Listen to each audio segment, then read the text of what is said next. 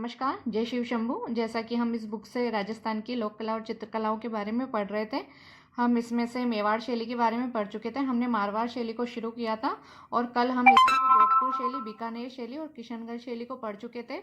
अजमेर शैली को भी हमने शुरू कर दिया था, तो कल अजमेर शैली का पूरा नहीं हो पाया था, तो आज हम वापस से शुरू कर रहे हैं अजमेर शैली से।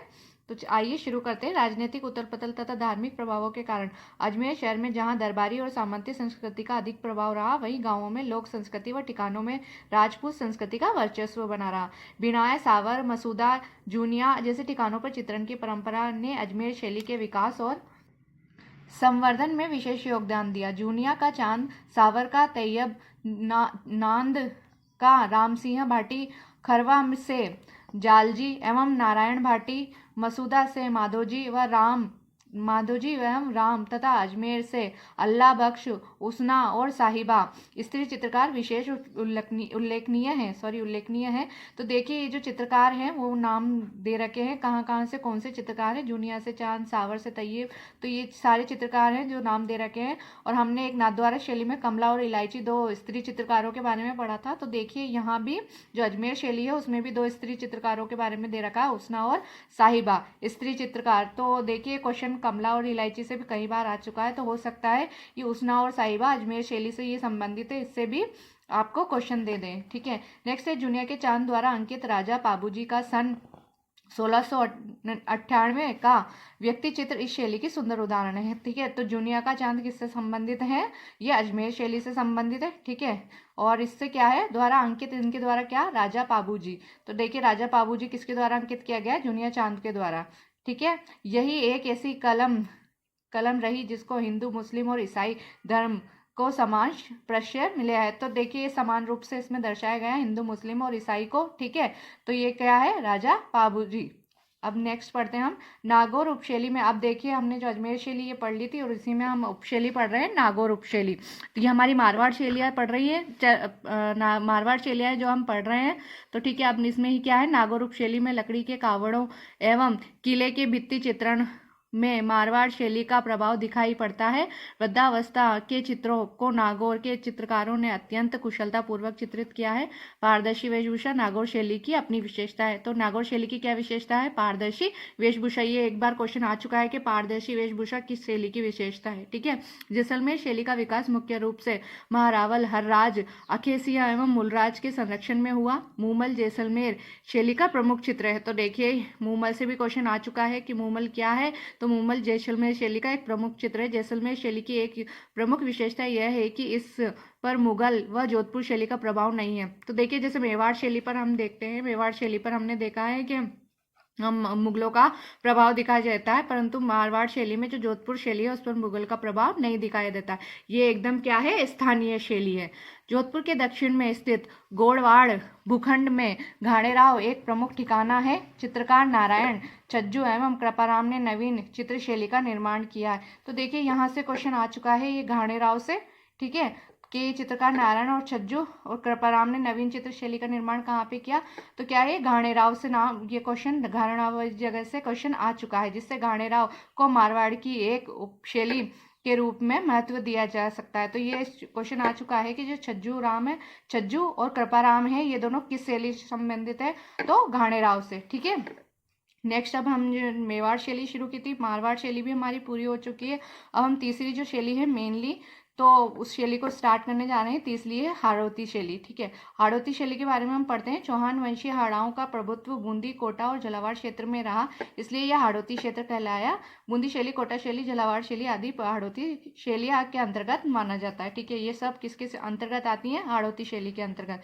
बूंदी शैली के बारे में अब हम पढ़ते हैं। चित्रकार की बूंदी शैली मेवाड़ चित्रकला से प्रभावित थी। तो किससे प्रभावित थी? मेवाड़ चित्रकला से। समय समय पर बूंदी शैली में ग्रंथ चित्रण और लघु चित्रों के माध्यम से इतना चित्रण हुआ कि आज संसार भर में संग्रहालयों में बूंदी शैली के चित्र मिलते हैं। राव शत्रुशाल हाड़ा के काल में इस शैली की विशेष रूप से विकास हुआ। तो देखिए, किसके, ये क्वेश्चन भी आ जाता है कि बूंदी शैली का विकास किसके काल में हुआ? तो राव छत्रसाल के विकास में। राव छत्रसाल ने प्रसिद्ध रंगमहल बनवाया, जो सुंदर। देखिए, एक हमारा एक और क्वेश्चन तैयार होता है कि रंगमहल किसने बनवाया? तो राव छत्रसाल ने रंगमहल का निर्माण करवाया। कहाँ पर? बूंदी में, जो सुंदर भित्ति चित्रों के लिए विश्व प्रसिद्ध है।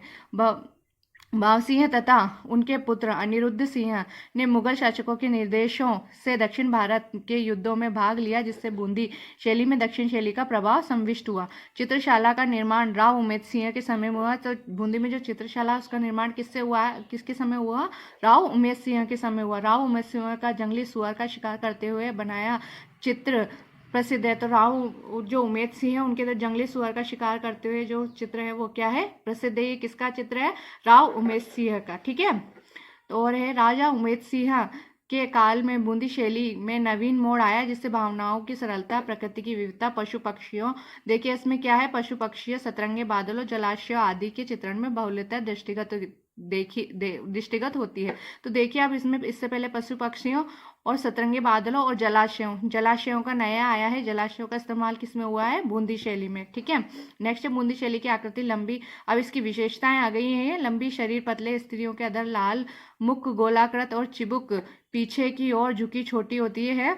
आकाश में उमड़ते हुए काले कजरारे मेघ, बिजली की आग, घनघोर वर्षा, नदी में उठती जल तरंगे, हरे भरे वृक्ष और उन पर चहकती चिड़ियाएं, नाचते मयूर और एवं कलाबाजी दिखाते वानर तथा पहाड़ की तलहटी में विचरण करते वन्य जीव का चित्रण बड़ा ही मनोहारी है। तो देखिए यहाँ पे वन्य जीव का या पशु पक्षियों का चित्रण जो है बूंदी शैली में दिखाया गया है।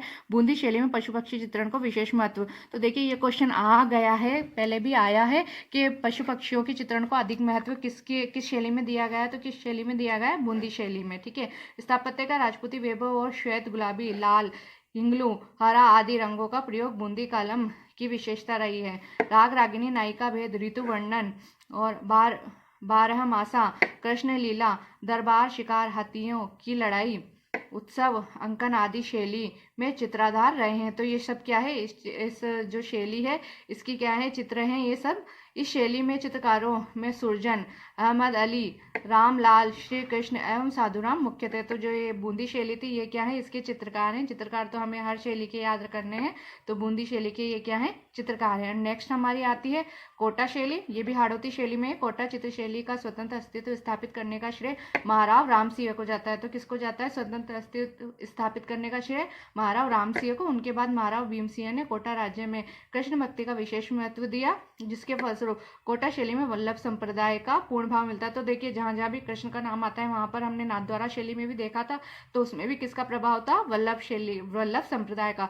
तो यहाँ पर भी जो देखिए कृष्ण भक्ति का विशेष महत्व था भीम सिंह से, तो उन पर भी किसका प्रभाव देखने को मिलता है? वल्लभ संप्रदाय का। कोटा शैली का चरमोत्कर्ष उमेद सिंह के कोटा शैली का चरमोत्कर्ष उमेद सिंह के समय हुआ। कोटा के मुखाविर खाने के कलाकारों ने भित्तियों पर बड़े बड़े चित्र बनाने के साथ ही बड़ी बड़ी वसलियों पर शिकार का समूह चित्रण कर कोटा शैली का विशिष्टता प्रदान की है। तो जो देखिए अब इसमें शिकारों का जो ये जो हाड़ौती शैली है इसमें मेनली क्या है? जो शिकारी चित्र है हाड़ौती में कोटा शैली, उसमें क्या है? शिकार करते हुए चीजों का क्या किया गया है? चित्र बनाया गया है। घने जंगलों में शिकार की बाहुल्यता के कारण कोटा शैली में इस समय शिकार की बहुरंगी वैविध्यपूर्ण चित्रण हुआ है, जो इस शैली का प्रतीक चिन्ह है। तो देखिए शिकार जो शिकारी है उसका चित्र किस शैली के लिए एक विशेषता रखता है? तो कोटा शैली के लिए। इस शैली में नारियों और रानियों को भी शिकार करते हुए दिखाया गया। तो ये भी क्वेश्चन आता है कि नारियों और रानियों को शिकार करते हुए किस शैली में दिखाया गया? तो कोटा शैली में। इस शैली के प्रमुख चित्रकार रघुनाथ, गोविंदराम, डालू, लच्छीराम और नूर मोहम्मद है। तो डालू और लच्छीराम और नूर मोहम्मद से क्वेश्चन आ चुका है कि ये किस शैली से संबंधित है? तो किससे संबंधित है? कोटा शैली से। स्त्री आकृतियों का कोटा शैली में अत्यंत सुंदर चित्रण हुआ है। पीन अधर, सुदीर्घ नासिका, पतली कमर, कपोल खिले हुए सुंदर अलंकावली नारी आकृति की जीवंतता प्रदान करती है। पुरुषाकृति में वृषभ कंधे, उन्नत भौहें, मासल देह, मुख पर भरी भरी दाढ़ी और मूछें, तलवार, कटार आदि हथियारों से युक्त वेशभूषा आदि मोती जड़ित आभूषण छवि को चार चांद लगाते। कोटा शैली में हल्के हरे, पीले और नीले रंग की बहुल्यता से प्रयोग हुआ है। तो ये क्या है? कोटा शैली की क्या है? ये विशेषता है। नेक्स्ट हम पढ़ते हैं झालावाड़ शैली। झालावाड़ के राजमहलों में श्रीनाथजी, राधाकृष्ण लीला, रामलीला, राजसी वैभव के जो भित्ति चित्र मिलते हैं उनके माध्यम से झालावाड़ शैली का निर्धारण होना अभी शेष है। यानी अभी झालावाड़ शैली के बारे में ज़्यादा कुछ जाना नहीं गया है, उसके बारे में जानना अभी शेष है। तो नेक्स्ट आती है ढूंढार शैली। तो ढूंढार शैली के बारे में हम कल पढ़ेंगे। आज हमने जो मेवाड़ शैली थी, मारवाड़ शैली थी और हाड़ौती शैली थी, उन तीनों के बारे में पढ़ चुके हैं। देखिए वीडियो ज़्यादा लंबा हो जाता है इसलिए मैं एक साथ ही पूरा नहीं बताती हूँ आपको। तो ये वाली शैली जो है हम कल पढ़ेंगे। ठीक है, धन्यवाद। अगर आपके कोई क्वेश्चन है तो आप पूछ सकते हैं, और अगर आपको अच्छा लगा है चैनल को लाइक कीजिए और सब्सक्राइब कीजिए। धन्यवाद। जय शिव शंभू।